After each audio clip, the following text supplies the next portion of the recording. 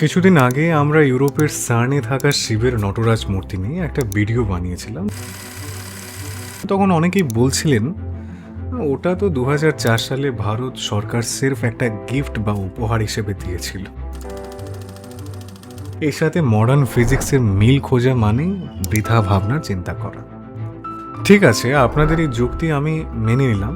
চলুন সার্নের গল্প না হয় বাদই দিলাম। এবার আমি আপনাদের একটা অন্য উদাহরণ দেব। আমি কথা বলবো নাসার ইতিহাসের সবচেয়ে বড় মিশন ভয়েজার গোল্ডেন রেকর্ড নিয়ে। আর এই মিশনের প্রধান ছিলেন এমন এক বিশ্ববিখ্যাত মহাকাশ বিজ্ঞানী যার সাথে ভারতের রক্তের বা ধর্মের কোনো সম্পর্ক না থাকা সত্ত্বেও তবুও সে ভারতীয় সংস্কৃতি দেখে উদ্বুদ্ধ ছিল।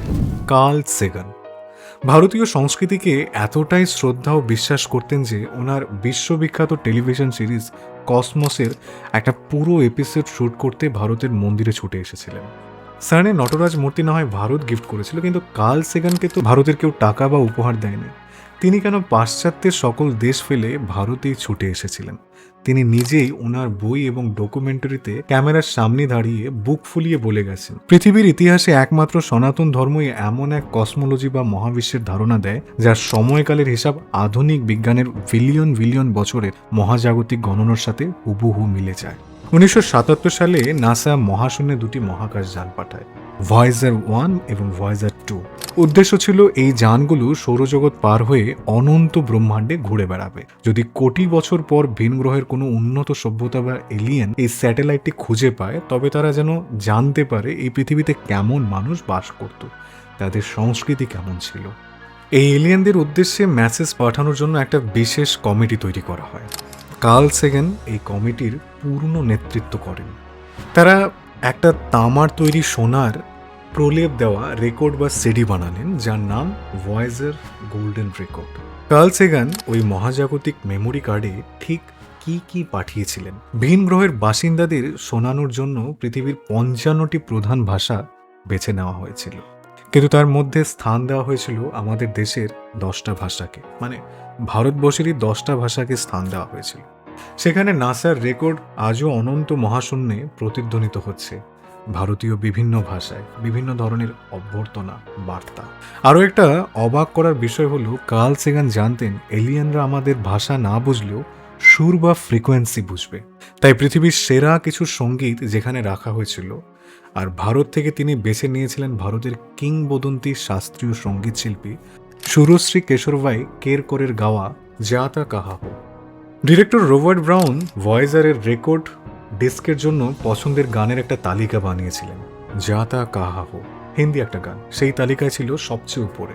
কার্ল সেগান মুগ্ধ হয়ে বিজ্ঞানীদের বলছিলেন যে পৃথিবীর অন্যান্য দেশের বইগুলো যেখানে মহাবিশ্বের বয়স মাত্র কয়েক হাজার বছর বলে থমকে গেছে, সেখানে ভারতের ঋষিরা আজ থেকে হাজার হাজার বছর আগে ব্রহ্মার একদিন ও এক রাতের যে হিসাব দিয়ে গেছেন তা আধুনিক বিজ্ঞানের বিগ ব্যাং এবং মহাবিশ্বের আসল বয়সের গাণিতিক হিসাবের একেবারে কাছাকাছি।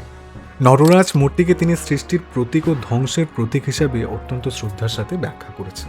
তিনি বুঝিয়েছিলেন নটরাজের এক হাতে থাকা ডমরু সৃষ্টির শব্দ এবং অন্য হাতের আগুন ধ্বংসের প্রতীক, যা আধুনিক মহাবিশ্বের চক্রকার নিয়মের সাথে মিলে যায়।